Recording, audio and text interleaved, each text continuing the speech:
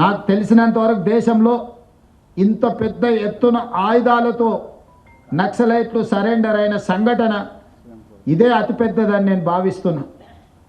మా ప్రభుత్వం 2024 తర్వాత 721 మంది నక్సలైట్లను దాదాపుగా 250కి పైగా ఆయుధాలను నక్సలైట్లు సరెండర్ అయినప్పుడు ప్రభుత్వానికి అప్పగించడం జరిగింది.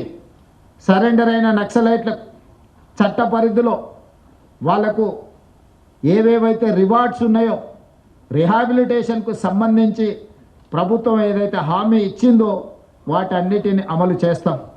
అదేవిధంగా దేవ్జీ దామోదర్ చంద్రన్న మాట్లాడినప్పుడు మీరు ప్రకటించిన రివార్డు తక్కువ ఉన్నది, మేము జీవితంలో కనీస అవసరాల కోసమైనా మేము జీవితం సాగించాలంటే కొంత అవార్డును పెంచండి, అదేవిధంగా నివసించడానికి ఇల్లు లాంటి వసతులను ఏర్పాటు చేయండి, ఎక్కడైనా అవకాశం ఉంటే వ్యవసాయం చేసుకోవడానికి కొంత భూమిని ఇవ్వండి, అదేవిధంగా సుదీర్ఘకాలము అడవులలో అజ్ఞాతవాసంలో పనిచేయడం వల్ల మా ఆరోగ్యం బాగా క్షీణించింది, మాకు వైద్య సహాయాన్ని కూడా అందించమని వారు మాకు విజ్ఞప్తి చేయడం జరిగింది.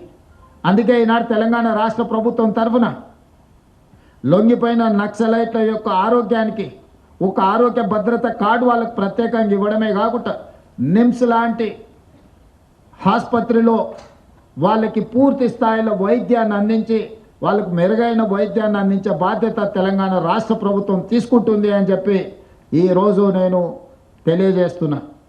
అదేవిధంగా రివార్డు విషయంలో కూడా సెంట్రల్ కమిటీ కానీ స్టేట్ కమిటీ కానీ దళ కమాండర్లు కానీ లేకపోతే వివిధ హోదాలలో ఉన్న వాళ్ళను కూడా వాళ్ళ యొక్క హోదాలను బట్టి ప్రభుత్వం కొంత ఉదారంగానే వ్యవహరించి వాళ్ళకు మంచి ఆర్థిక సహాయాన్ని కూడా అందించడానికి తొందరలోనే డీజీపీ గారిని, చీఫ్ సెక్రటరీ గారిని, ఇతర అధికారులతో 1993లోనే ఆనాటి ఉమ్మడి ఆంధ్రప్రదేశ్లో నక్సలైట్ల యొక్క రిహాబిలిటేషన్ కోసం ప్రత్యేకమైన ప్యాకేజీలను ప్రకటించడం జరిగింది.